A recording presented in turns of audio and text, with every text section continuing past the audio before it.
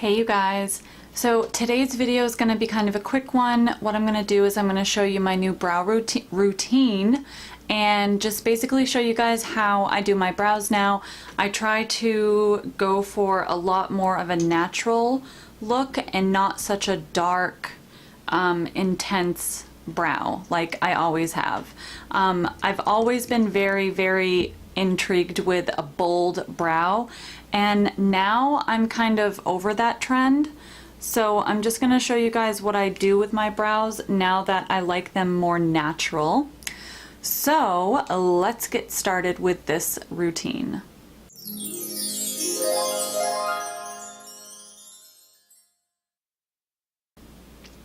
So as you guys can see, this is my brow all done.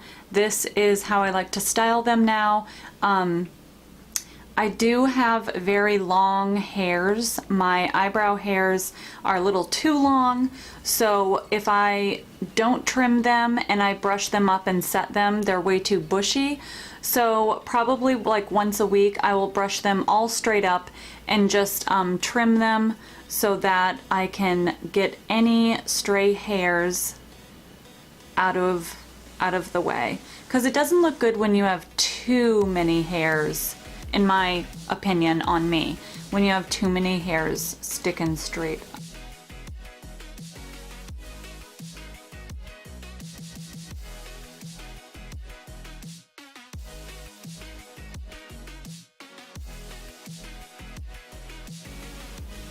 Okay, so anytime you want to put any type of brow product in your brows, you always want to start off with the hairs all straight up so that you can see where the sparse areas are.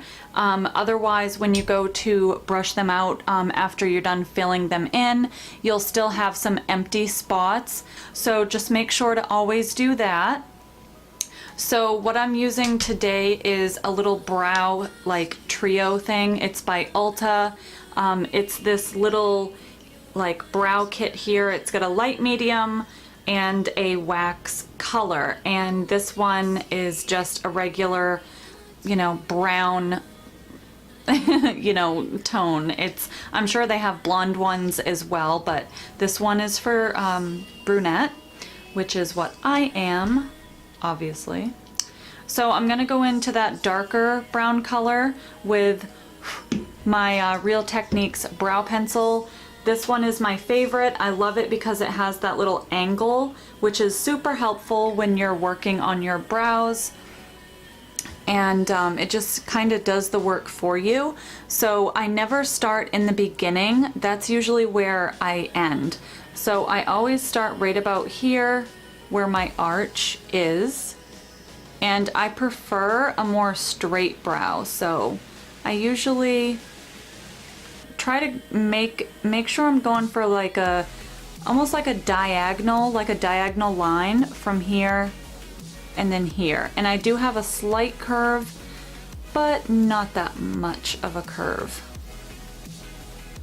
Sometimes I'll like wiggle in between the hairs just to make sure that I get these really empty spots.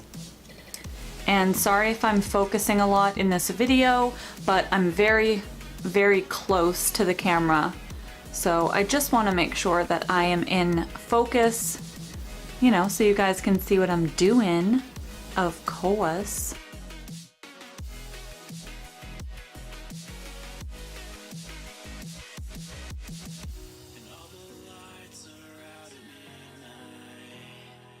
And I'm gonna brush that out. You can use any spoolie that you want. I first go up and I kind of roll the spoolie as I'm brushing it. And that really helps to like disperse the product through the rest of your brow hairs that you haven't applied any product to yet. So you can already see that that looks a lot better. And now that I'm getting towards the end of my brow, I'm gonna brush my top hairs down so that I can get to these areas right here. Let me point it out. I want to get to that area and then this area right here.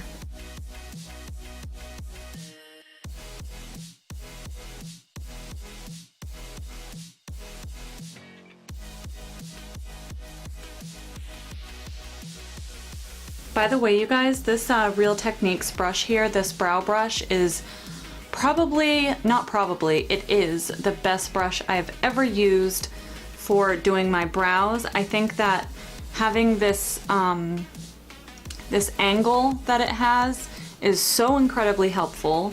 Like it makes doing your brows just so much easier. And I'm just gonna brush through with the spoolie again, and then I'll start to move on towards the front part of my brow.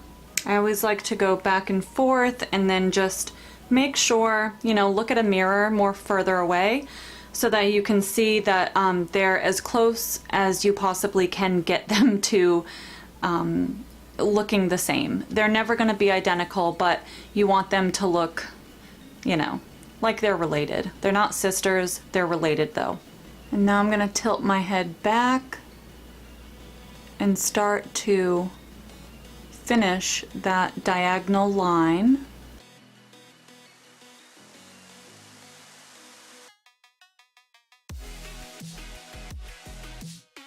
Now I'm going to move on to a brow gel, and the gel that I'm using is by Revlon. It's called the Brow Fantasy, and it's like a not overly pigmented, but it's got a good amount of pigment in it. I like to run this through my brows even on days when I'm not filling them in, because it mainly holds them in place and keeps the hairs where you want them. And it also, if you missed any spots when you were filling your brows in, it will make them a little less obvious.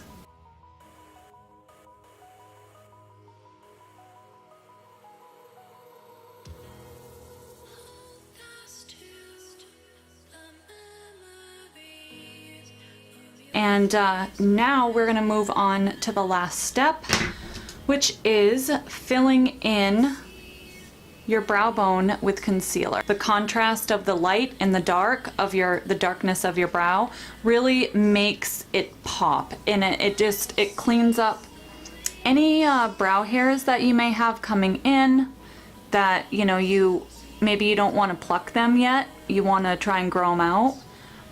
This will help to conceal that.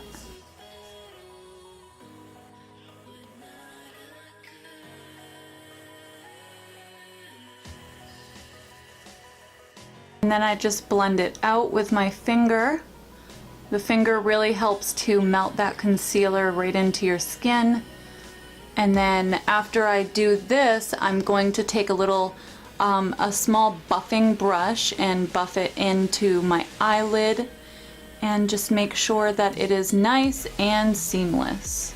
All right, and now you're going to want to set that with some transparent powder.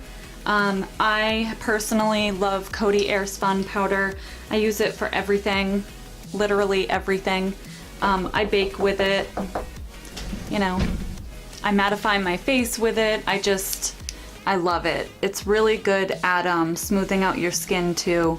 You know, it conceals a lot of pores, does such a good job. And there's no flashback. So I know a lot of translucent powders cause that flashback effect where it really makes your skin look way too white and pasty. This does not do that. That was the very last step in this brow routine that I do now. And I'm gonna zoom out and then I'll be right back. I showed you my brow routine. I showed you everything that I like to do with my brows. So you guys, that's it for this brow video. I really hope that some of these tips and tricks helped any of you. Until my next video, you guys have a great day or night wherever you live, and peace out.